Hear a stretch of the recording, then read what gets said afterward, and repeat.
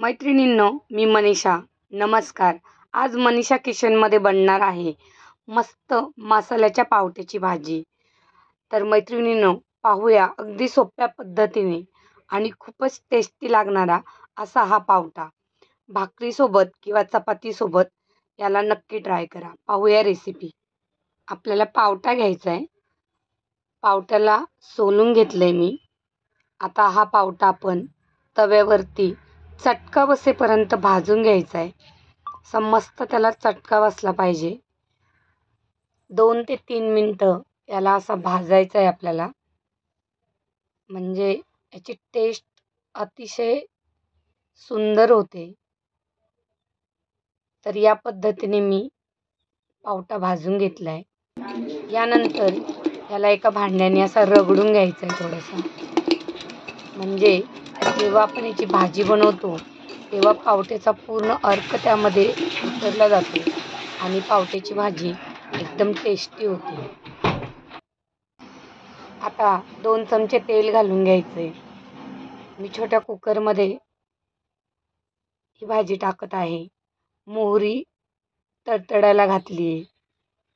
आता कांद्याचं वाटण करून कांदा परतून घेतला आहे. त्यावर टोमॅटोचंही वाटण करून टोमॅटो व्यवस्थित परतून घ्यायचा आहे. त्यावर थोडासा शेंगदाण्याचा कूट घालायचा.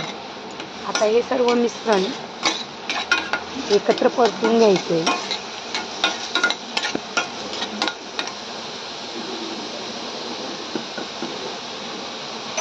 चांगलं परतून झालं की यावर मसाले घालायचे. 1 चमचा हळद, 1 चमचा मसाला आणि 1 चमचा लाल तिखट, 1 चमचा धनापूड. हे सर्व मसाले घालून ते छान मिक्स करून घेऊया.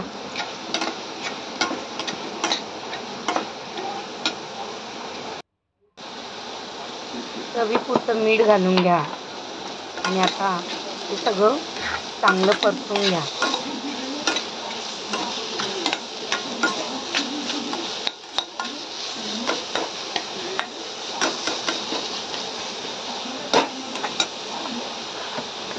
चांगलं परतून झाल्याच्या नंतर आपल्याला यावरती थोडंसं पाणी घालून हा मसाला मिक्स करून घ्यायचा आहे. म्हणजे त्याने आपल्या मसाल्याची टेस्ट वाढते आणि व्यवस्थित तो परतला जातो.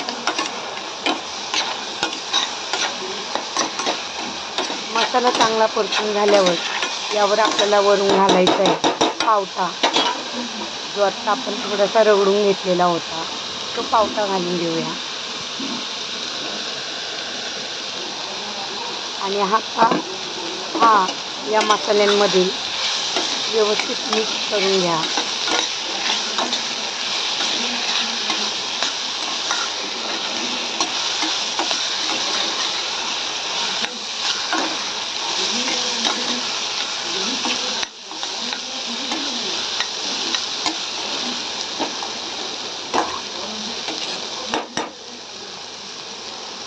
यावर हिरवीगार चिरलेली कोथिंबीर घालून घेऊया आणि परत एकदा मिक्स करून मग याच्यावरती आपल्याला पावटा शिजण्यापुरतं पाणी घालून घ्यायचे.